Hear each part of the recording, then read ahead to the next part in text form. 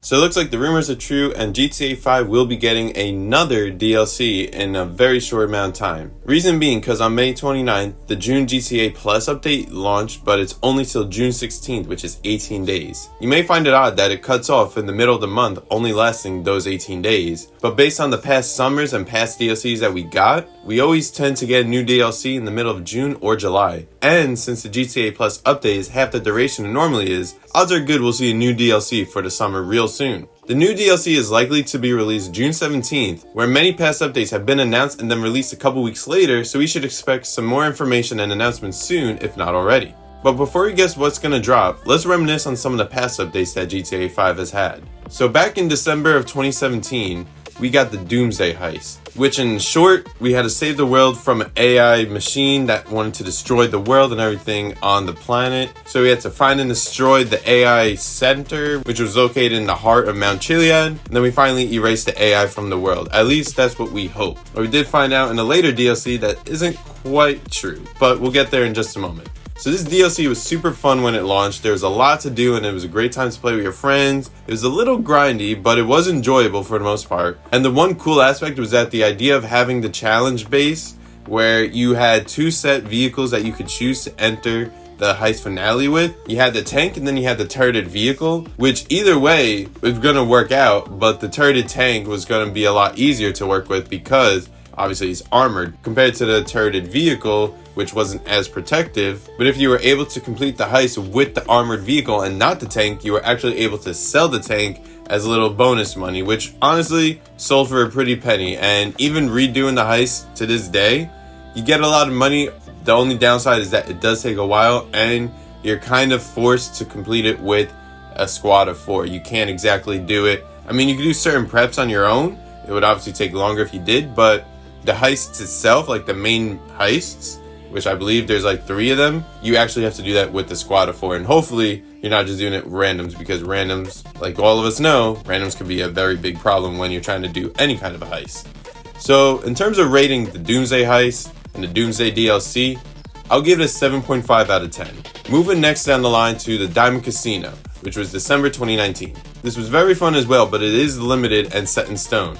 The storyline, which were the side missions, you only have 5 of those contact missions at any time, and they'll be the exact same thing. They won't repeat, they won't alternate or have any variation to them. They're straight up as is. But the actual heist itself, which we did get introduced with the arcade, with the benefit of the master terminal, which makes life a lot easier for the game going forward, because you can be essentially in the arcade and launch any kind of mission for any of your businesses, whether you were doing it for your motorcycle club or for your CEO. So that made life a lot easier because you could see everything in one spot rather than going to all your businesses around the map and trying to find it there. So the heist itself was very good, and to this day it's still a very good way to get money. You get, I believe, like $1 million even afterwards. But the benefit you get, because doing the first time bonuses and doing the elite challenges and all that, you get a lot of money. But even afterwards, the normal rate of what you'd get, like the normal payout, it's still really good, substantial amount of money. Of course, there's a little more prep work you have to do, but honestly, if you have a good squad, you're able to do it really quick. You can farm this up within half hour to an hour easily. For this, I'm going to give it an 8.5 out of 10. Now we're going to go to one of the big ones, Cayo Perico. That was December 2020. So as a PC player myself, this was what I call to be the big PC modder patch, because it introduced a lot of the hackers to the banhammer. Because prior to the Cayo Perico heist, or rather their DLC, there were a lot of hackers, which we all know if we were on PC at the time. Console, you probably didn't see too much of it, but PC, everywhere. There was the money glitches, there was RP glitches, there was a bunch of random vehicles being spawned in wherever, constantly getting teleported to like the other side of the map, in the middle of space on top of Mount Chiliad, and you just absolutely couldn't do anything about it.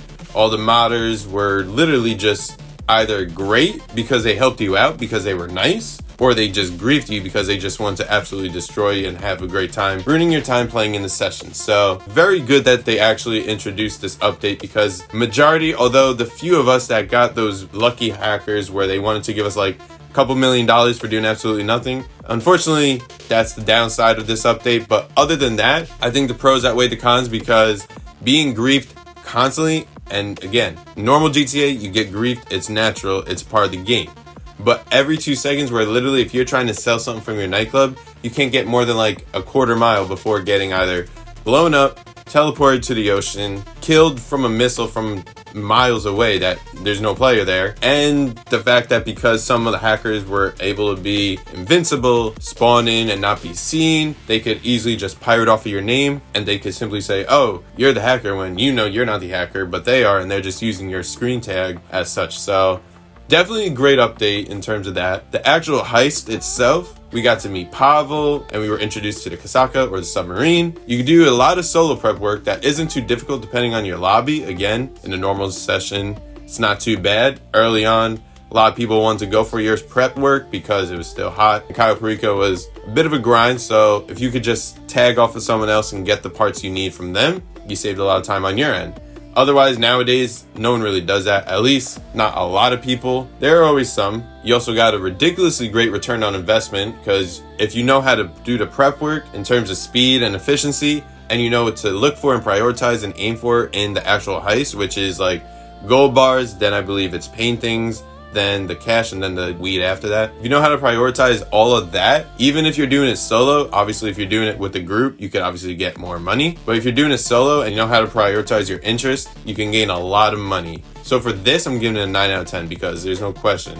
This is, to this day, still a very good DLC, in my opinion. Then, in December 22, we had the Drug Wars, which I was a big fan of the missions and the actual DLC itself in the beginning because it came after a decent time between significant DLCs, and it was just something to do in between. But once they finished and you got the new car and you did all the other things like the acid cells and all that stuff, it kind of fell off in the sense that there's really not much to it. So like, I to this day have never really been in the Fooligans Freak Shop since. Plus the fact that when the original DLC came out, it was a two-parter. So you got the first half, which was first dose, then like 2 other missions, I think. A couple months later, like around March, I believe it was. Then you had the last 3 and then the last dose to finish and conclude the story, which was the whole situation with the therapist from the storyline of GTA, the main story mode. So it kind of was cool that they tied in that element, although it wasn't really important, or rather not really needed. I guess for the story of the Drug Wars DLC, it makes sense to have the therapist because if you recall in the story mode, we don't necessarily know. It was kind of like a canon event. We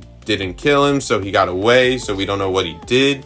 Or Michael wound up killing him, and then obviously we know that. So kind of a cool little twist that they tied it back to the story mode, which they've done with a few other DLCs like Dr. Dre because of Franklin Clinton, and then you had Trevor's thing with the drugs that he was doing, but that was like early GTA, so it's kind of outdated by now. So the only one left really is Michael, but we'll see if something happens with that. I'll be fair and I'm gonna give it a 5.5 out of 10 just cuz. Then we go to June 2023, which was the Mercenaries DLC. Personally, this is again my opinion, not the greatest DLC. It was fun on release and only once in a while to this day, because if you don't have the Avenger prior to this DLC being dropped, you had to do a lot of work to get that. I think the Avenger is a couple million at least, plus the actual like terminal in order to do the operations, what are they called? The Merryweather security contracts or whatever they're called. It's from what I remember, I think it's maybe about $1 million as well. So it's a pretty expensive thing if you don't have the money set aside, and you gotta just do it basically from the ground up with like no money in your bank. So aside from that part, the missions again, they're finite, but they're okay. Like, they're not crazy difficult. They're pretty easy to do. It's just very like, go here, go there, go here, go there. You have to do it exactly this way, and the output is exactly this. There's no real variation to it, which personally I enjoy a little variation, especially with like repetitive missions. Like, at least with free roam missions or free roam heist preps, whatever, you could change up your strat and do different tactics, so that way you're not necessarily doing the exact same rinse and repeat. Although it's easier that way at times, some people prefer that. I personally enjoy having the freedom to do things a little differently than normal, just so that way it gives like a little fresh taste on the same exact thing and kind of gives you like a different challenge that you may or may not have had prior to. But the best part of this DLC was that they released the F-160 Raiju, which to this day I still believe is the best aircraft. It's got stealth mode, it's super fast. Like, you get from LSIA all the way to Mount Chiliad in like maybe 20-30 seconds easily. You have the minigun turret, you have the missiles. They obviously have decent enough liveries for the price of a Raiju, which I think was like a couple million in addition to that as well. If I'm taking all of that into consideration, I would safely say that the rating I'm going to give the Mercenaries DLC is a respectable but fair 6.5 out of 10. So now we're going to jump around a little bit and we're going to go to the Chop Shop, which was December 23. It was a great idea at the time because how we first, or at least how I first thought it was going to be, because everybody thought honestly it was going to be the same way. You're going to be able to do the heists, which was only 3 a week, so that was fair because they were pretty expensive vehicles. But every vehicle that you acquired and were able to successfully steal, that means you were going to be able to keep it and put it in your garages to keep forever. However, when that happened, we realized soon after none of those vehicles could be stored, and I think it took a couple months before we could actually get the first car that we could keep after we steal it and put in our garages, which I was very bummed about that because I really thought I had empty garages, like I could just fill these all up with these expensive looking cars that I like. That isn't the case. And to this day, maybe if we're lucky, Rockstar will actually release like one claimable vehicle per month, if that. The actual heist itself, it's a great layout for time spent because the heist bonuses are pretty good. They're not that difficult, obviously. If you know how to do it and you know the strats after doing it a couple times, you'll figure out like a rhythm that'll work out literally almost foolproof every single time. And if you're in need of a money, you'll get like at least $350 per car. One big thing that they introduced was the new Jeep, which is absolutely amazing, totally fun to drive, super fast, traction is amazing. It's essentially a Jeep of today, so it's like an off-road Wrangler. It looks great, especially with all the millions of cosmetics that you could do, all the variations in the design. You can make it however you prefer a Jeep in your mind to look. So overall, I'm going to give this a 7 out of 10. Then we skip along to the bottom dollar bounties, which was June 2024. I enjoyed it for a while until recently because of Darnell DLC, but I'll get to that in just a second. But the unique strategies to get the top dollar bounties and the free roam bounties themselves, pretty fun because they have like some variation you're allowed depending on the vehicles you want to use and everything like that. The main top dollar bounties, they put, I think, $125,000 per the bounty, which is pretty good, but again, it's not crazy. The free roam you get, they're obviously, I think, only like 30 grand per, but you're allowed to do it in free roam, so you could use essentially any vehicle that you wish. And the beauty of it is that you don't necessarily need to bring the bounty van to where you got to go. You can literally use any vehicle, and once you subdue or neutralize the bounty that you're taking in, it'll automatically teleport the bounty van to you. Then you're kind of forced to drive that to the actual bottom dollar bounty area. But aside from that, it's pretty good. Again, it was fun at the time because it gave a little variation to GTA playing scope, but to this day, I don't really use it unless I need a quick 100 grand. But if I need a quick 100 grand, I'm just going to do the Darnell Brothers. So if I'm going to rate this fairly and honestly, to this day, I'm going to give it 7.5 out of 10.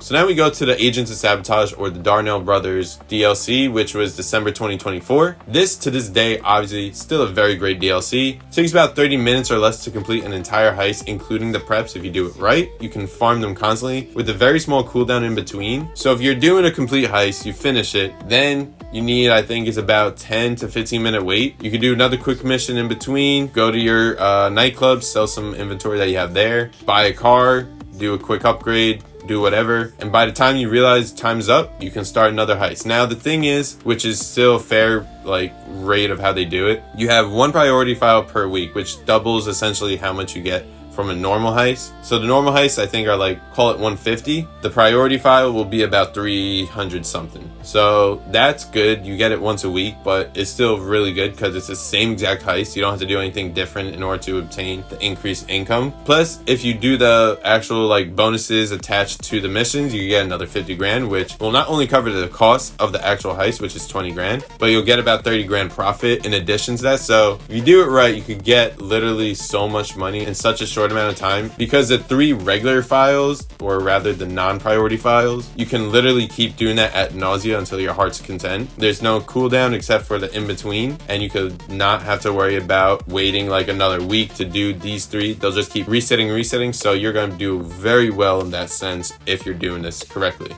I'm going to give this a 9.5 out of 10 because it's just that good. Even after, 6-7 months, it's a very good DLC. So lastly, I'm going to cover the Oscar Guzman Flies Again DLC, which was only a couple months ago, very recent, March 2025. It's a very action-packed and strategic gameplay. There's a lot to do.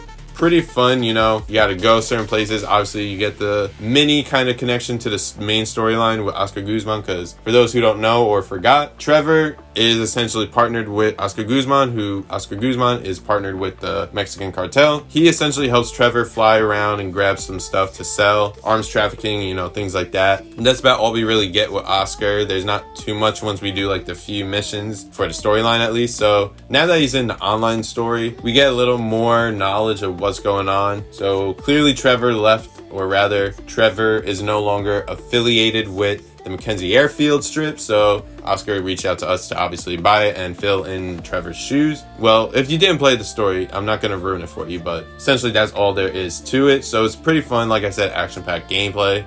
It's better to do the minimum requirements personally than the bonus objectives, because the first time I did all the bonus where you obtain all the extra parts and ammo for the plane, all the other extra vehicles that you could obtain. It took a lot longer, and ultimately, I think I only got like 50 grand for all of it set in stone. And I was like, well, that's just a waste of my time. I'd rather sell excess goods for my bunker for 50 grand than do all that work. With that being said, that's the one knock I have of it. Introduce a handful of new vehicles, but only if you're really into flying around the map, which a lot of people are. So there's like the new Cargo Bob, the new Titan or so, couple other planes and biplanes and whatnot. So I say with this, with the few things against it that I have, I'll give it an 8 out of 10, because it's still, for the money earned, it's similar to like the Vincent missions where you get about, I think, $500,000 for doing it. So it's pretty good in that sense. You'll get a lot of money for the time you put in. Not a crazy amount, but I still probably would use Darnell Brothers, because you could also do it remote and be anywhere on the map to start it up. You don't have to go to a said place. It's really not that expensive to like get this stuff going. So I'd go ahead and give it an 8 out of 10. Anyway, that's pretty much that for all those DLCs.